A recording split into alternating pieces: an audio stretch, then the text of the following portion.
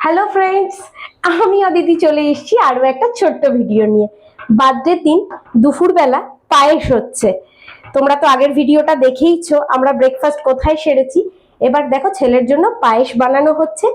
তারপর আরো নানান রকমের আয়োজন করা হয়েছে দুপুরের লাঞ্চে, সেগুলো তোমাদের সাথে যখন খেতে বসবে তখন শেয়ার করব।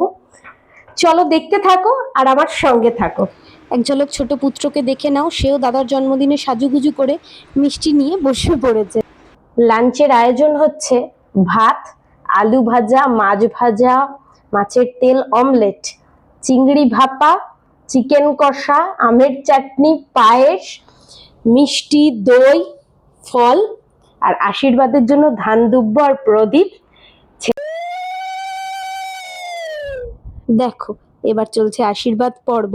প্রশান্ত ছেলেকে আশীর্বাদ করে নিচ্ছে।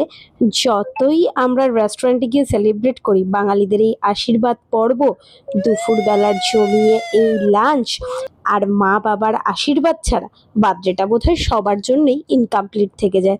আমি আমার সাধ্য মতন দুপুরবেলার লাঞ্চের আয়োজন করেছিলাম ছেলের জন্য।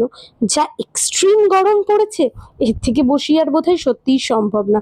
ছেলে তো মিষ্টি আম সবই তুলে দিয়েছে, জাস্ট লাঞ্চটা খেয়েছে।